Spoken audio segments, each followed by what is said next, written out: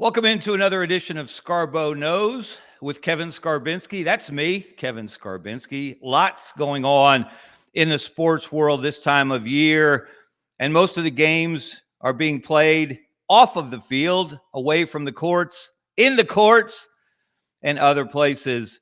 And to help us break it all down, get behind the scenes, better understand what is happening with the family Iamaleava, with one of the best players who will be selected in the NFL draft, and other things. For example, the idea that journalism is not dead. That has a double meaning, as our guest today will explain. He's one of the best in the business, senior writer for Sports Illustrated. Let's say hello to Pat Forty, who is always fishing for stories. He landed a big one just recently on Travis Hunter. Pat, how are you doing today? Appreciate you joining us. Hey, Kevin, happy to be on with you. Doing really well, and happy to talk, about fishing with Travis and everything else on your mind. Yeah, that was a fascinating story just about him and his personality, and we'll get into that in a bit. But first of all, I'm always curious, as a journalist myself, a longtime person fishing for my own stories, just how the whole concept came about. How were you able to wrangle Travis Hunter, the Heisman winner, into that boat?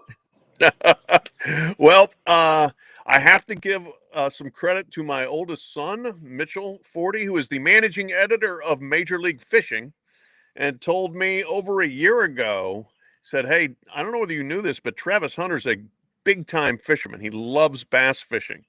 He said, you should see if you can fish with him sometime. I was like, oh, yeah, that's a good idea. And kind of put that, in the back pocket. And then, he had the season that he had, obviously, unlike anything really we've seen in more than 60 years in college football, given the two-way excellence of his performance on offense and defense. And he wins the Heisman Trophy, and he becomes a bigger and bigger deal. And we were talking, about who we wanted to put on the cover of Sports Illustrated's NFL Draft Preview magazine.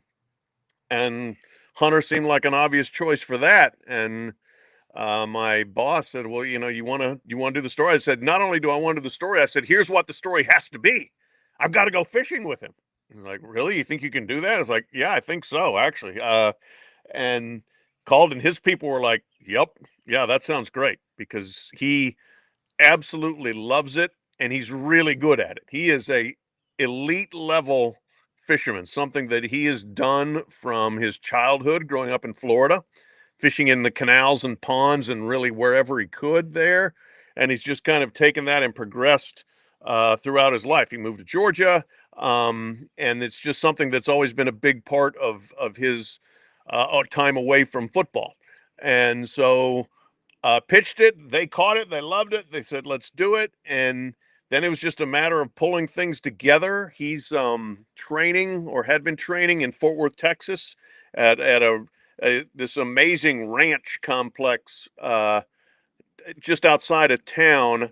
And so I was going to go meet him there, and I said, is there a place to fish? There's a million places to fish in Texas, but do you have a good spot? He's like, got a great spot, a private lake 20 miles west.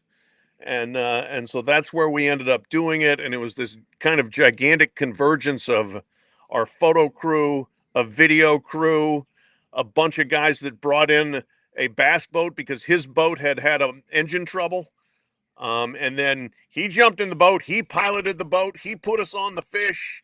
He was in charge, and he knew what he was doing. And so it was a blast to do, just like you said, a different kind of story. And to be able to get that kind of one-on-one time with him and get kind of deeper into his personality, it was really a blast. One of my favorite stories I've ever done.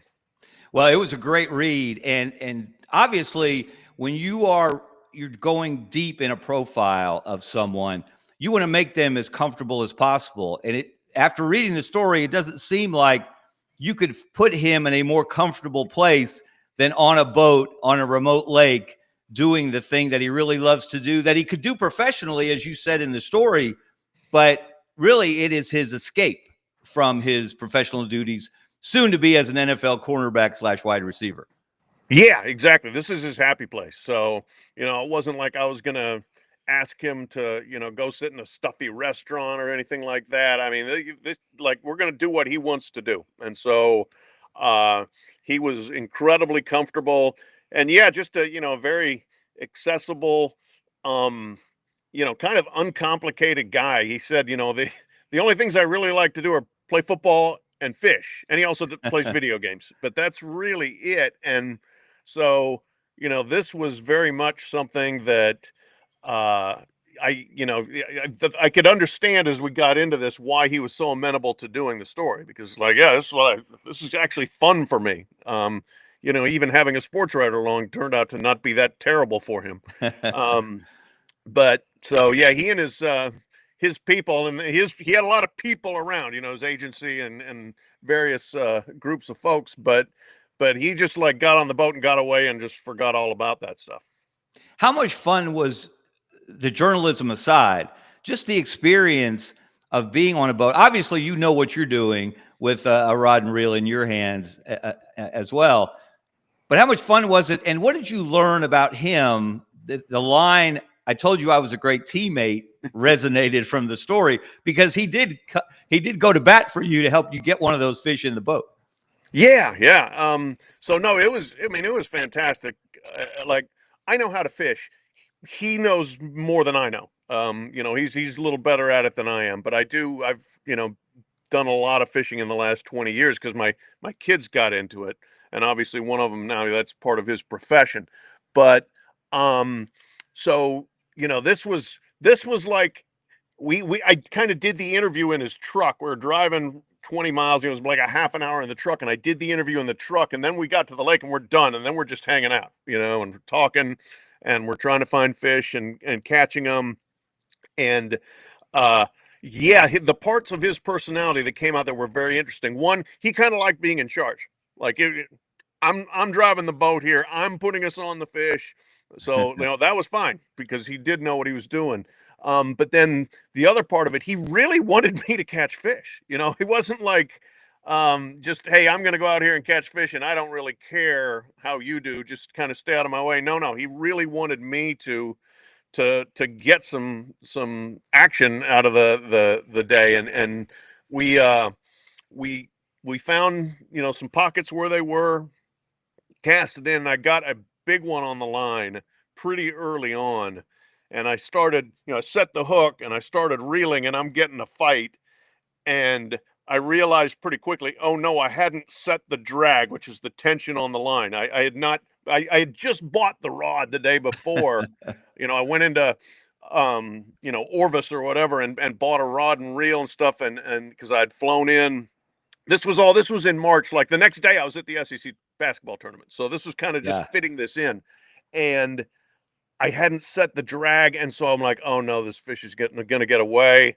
And he just stopped. He had been piloting the boat up front, from with the trolling motor, and he just stopped and came over and adjusted the drag for me. And then he was the one that got down and lipped the fish and got it into the boat for me. So as he said, yes, I'm a great teammate. He was into it, into helping me catch my fish. And then afterwards, he was into himself catching his fish too. He was fired up. What did you learn about him from a personality standpoint, from the time in the truck, the time on the boat? I know you talked about a little bit in the story his relationship with Deion Sanders, his head coach. And what really struck me in reading the story was he comes across, Travis Hunter does, almost as the anti Deion. Deion embraces the spotlight. He seeks the spotlight. He's comfortable. That's his happy place, it seems, in front of a camera, in front of a group of reporters, or one-on-one with a reporter. Whereas Travis seems like he really values his privacy, his alone time, his time just to do what he wants to do and clear his mind. Did that strike you as these were almost polar opposites in terms of personality, the head coach and this player that he has nurtured into one of the best players in college football, as you said, that we've seen in a long time?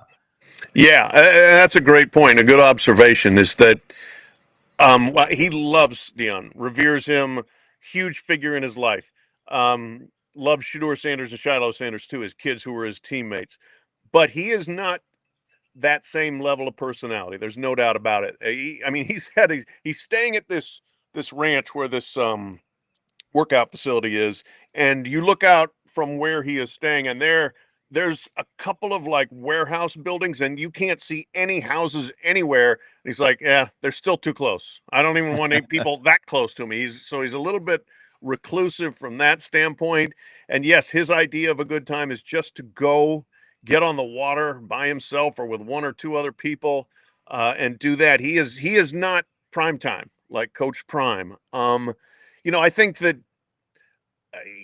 certainly enjoyed the fun and some of the razzmatazz of Colorado football while he was there, but he's not that guy that's going to be out like, I need attention for myself. He It's interesting too. One thing I noticed when I covered games out there, and like, Colorado, when they beat Nebraska and the fans are storming the field, and Travis is like, I'm out of here. I'm going to the locker room. Shador's out there with the students and everything, and it's just this wild party scene, and Travis was going the other way. I think he may end up in New York, but I'm wondering if how that fit might be if he's with the Giants. We're taping this Thursday afternoon. The draft, he'll be somebody's draft pick tonight, but he might be better off in a place like a Cleveland, which has the second pick, and might take him there. Did he talk much about his relationship with Shedeur Sanders, Deion's son, the quarterback? And I'm guessing, given the timing of the story, I don't know, had it come out yet that their numbers were going to be retired at the spring game? And I think the timing didn't work on that in terms of you being able to ask about that. But I am curious your opinion of that decision, and again, his relationship with Shedeur. Yeah, I think he really is very affectionate towards Shedeur. I mean, teammates at Jackson State and at Colorado, and they experienced a lot of success together. And he stuck up for Shedeur. I asked him, and I think that was in the story quote where, he said that because of the Sanders family and the Sanders name, that people just naturally, there's backlash toward them. And he thinks, people that are will regret not drafting Shedeur. Because this was when this was mid-March. And so like his stock was probably just starting to slide a little bit from, top 5 to who knows where. And we'll find that out soon too. But so he thinks, very highly of Shedeur. The decision to retire the jerseys, which wasn't even a blip on the radar at that point. We never discussed it. Boy, that was, I think, poorly handled by Colorado. I mean, retire Travis Hunter's jersey? Absolutely. The dude's done something nobody does. And in Colorado history, his jersey should be retired. And if you want to do it right away, that's fine too. Shedeur Sanders is a different deal. Really good quarterback. Played great for 2 years. Played hurt. Took hits. I mean, he deserves to be really revered, I think, by Colorado fans. But given the number of players who hadn't been honored by the school, this came across very much as kind of a dad power move, I thought. And, it's a slap in the face to the guys that were around in the 1989 and 90 seasons, 90 when they won the national championship, and some other really great teams that have not been honored. So I could understand there being the backlash that we've heard. And, if you talk to people at Colorado, some of the complaints about Deion have been unjustified, or some of the criticisms. But one that I think resonates with people out there is that to Deion, the program didn't exist until 2023, till he got there, and nothing that came beforehand ever mattered. So, well, I don't know if you remember, Pat, but when Auburn was looking for a coach a few years ago, I know they've done that a couple of times recently, but there was a small, but I assume it was small, but vocal segment of the Auburn family that said, go get Deion Sanders. Bring Deion in. He will recruit like no one's business. He will shake up the rivalry with Alabama. He will bring so much to the table at Auburn. And then there were the old guard, the old school Auburn people said, well, he's not an Auburn man. And you can read into that what you want to read into that, what that means. Could you have imagined Deion coaching at Auburn?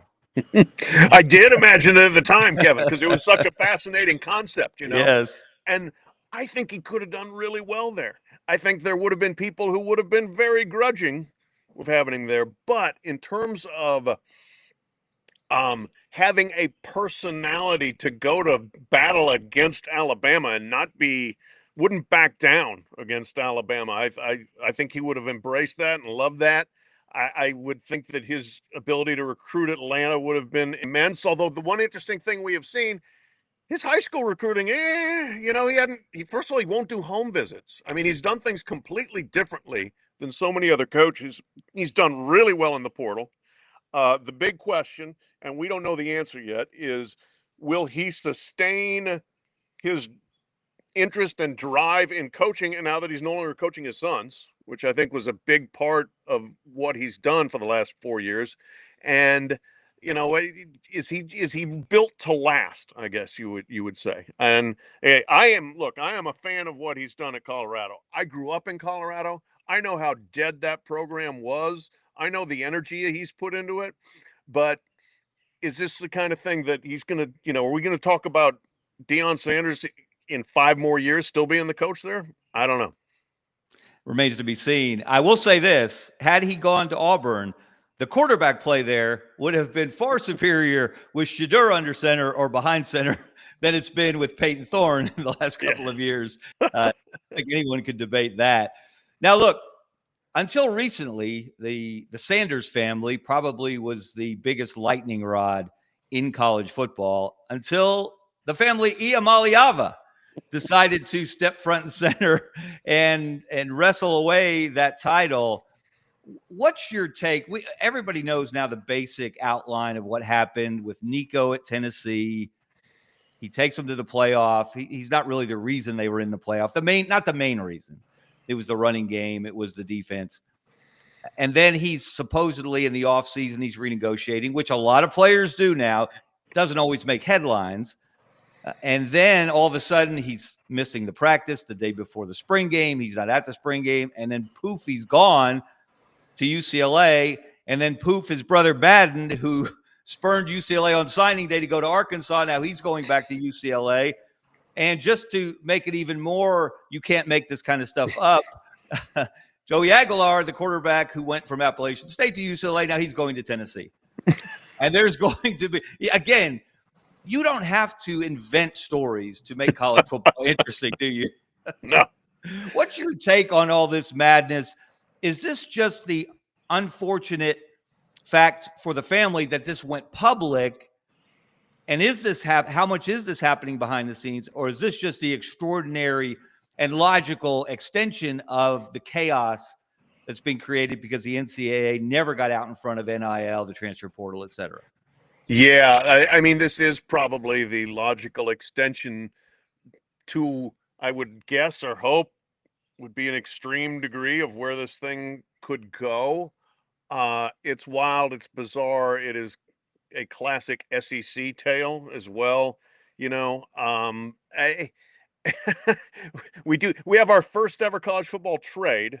We got these two quarterbacks. UCLA sends their quarterback to Tennessee. Tennessee sends their quarterback to UCLA. And the player to be named later is the Arkansas backup quarterback, who's the brother of the Tennessee quarterback. It is incredible, really, what's transpired. I do think, look, the system was so broken for so long, and you've been around forever like I have and seen the various iterations and the amount of foot dragging and flat out fighting from the NCAA and the member schools to prevent the athletes from getting anything until the NCAA just kept getting their asses kicked in court over and over and over again, and there was no choice. And so at gunpoint, more or less, they were dragged into this. They weren't ready for it. They didn't prepare a good system for it.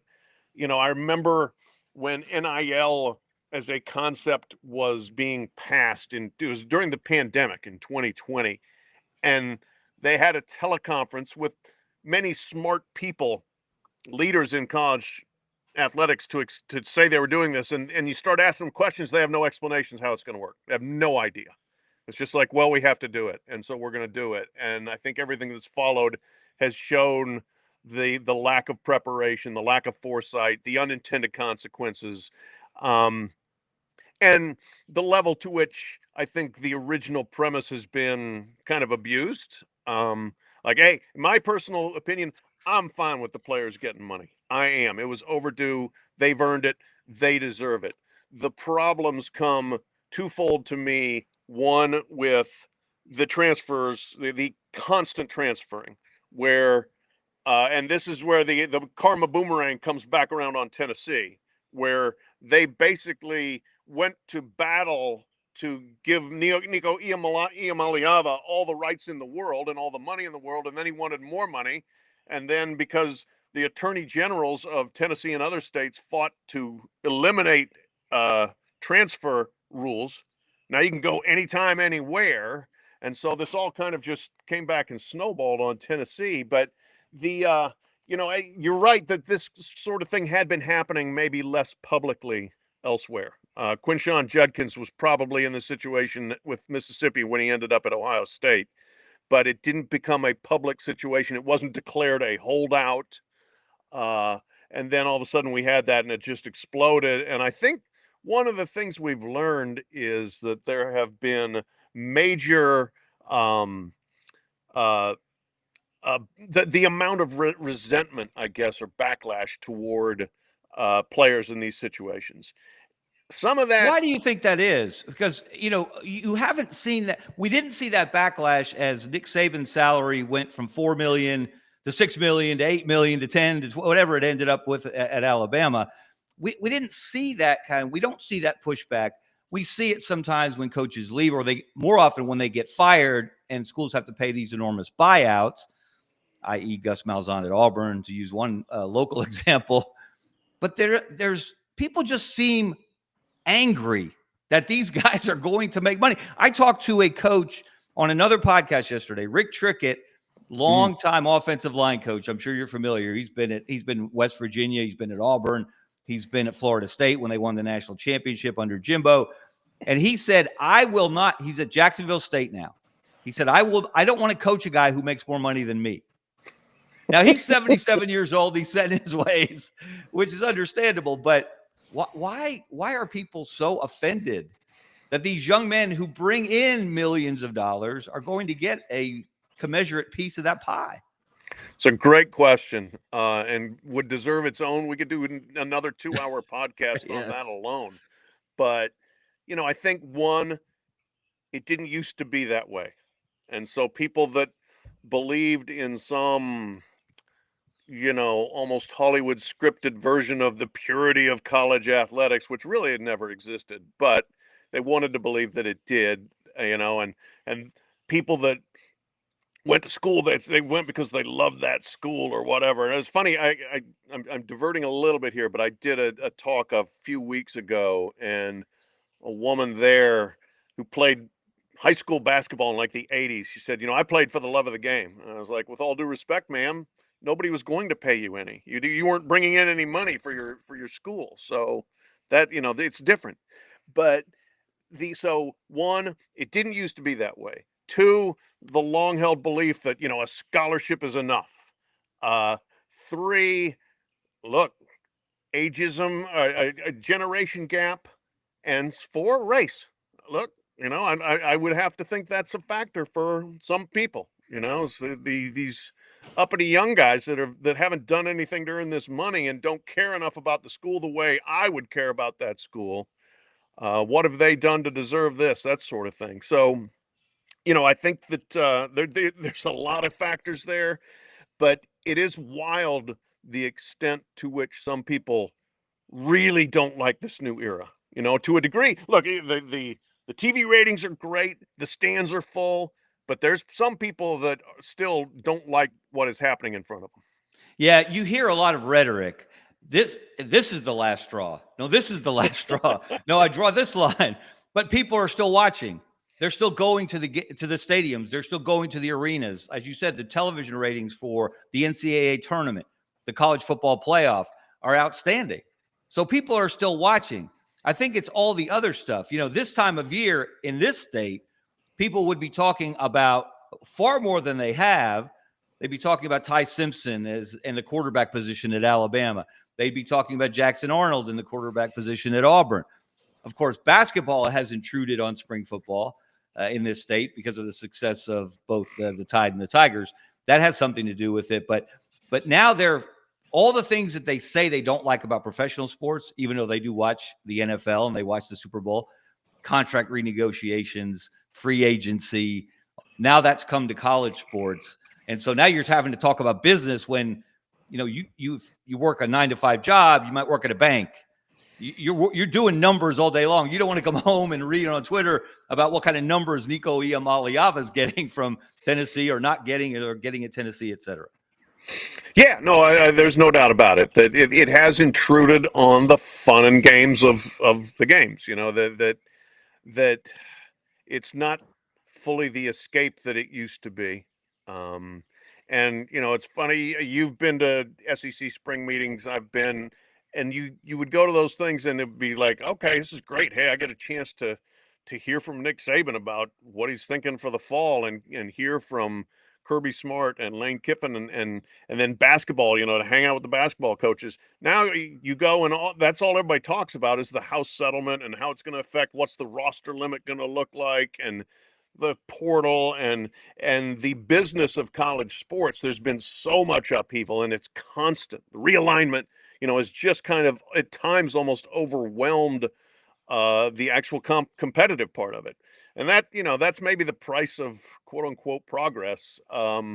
It does to me, these are interesting stories and very important stories. So I don't mind it, but it is kind of weird just the shift away from covering sports to covering the business of sports.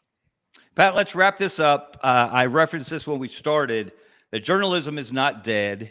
Your work indicates that on a regular basis. But there's a double meaning here involving another sport that you are heavily involved with, very interested in. Let us know why journalism is not dead on the racetrack. That's right. The Kentucky Derby favorite, and the race will be the first Saturday in May 3rd this year, is named Journalism. An outstanding horse, unbelievably accomplished so far, from California. Who I was told that he got his name from one of the owners, Aaron Wellman, who was the high school editor of his student paper at Beverly Hills High School. So 90210.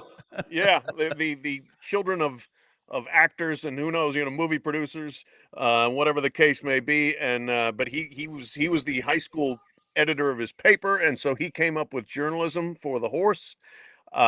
We'll hope journalism remains alive and well for the next 9 days, and we'll see how he does on the first Saturday in May. But he's flown into Kentucky. He was on the track yesterday for the first time, there today too. He looks the part, and we'll see if he can bring home the roses. Well, let's hope journalism writ large lasts a lot longer than nine more days. Pat Forty, one of the best out there doing it. Appreciate your time today. And again, keep those great stories coming. Thanks, Kevin. Great to be on with you. All right. That's Pat Forty from Sports Illustrated. Check out his work there. Check him out on Twitter. He's a great follow. Want to thank him for getting into what's happening now in college football, college athletics, the SEC, and the Kentucky Derby. And none of those were actual fish stories. All right. Thank you very much, everyone, for tuning in this edition of Scarborough Knows. I'm Kevin Skarbinski. I'll see you next time.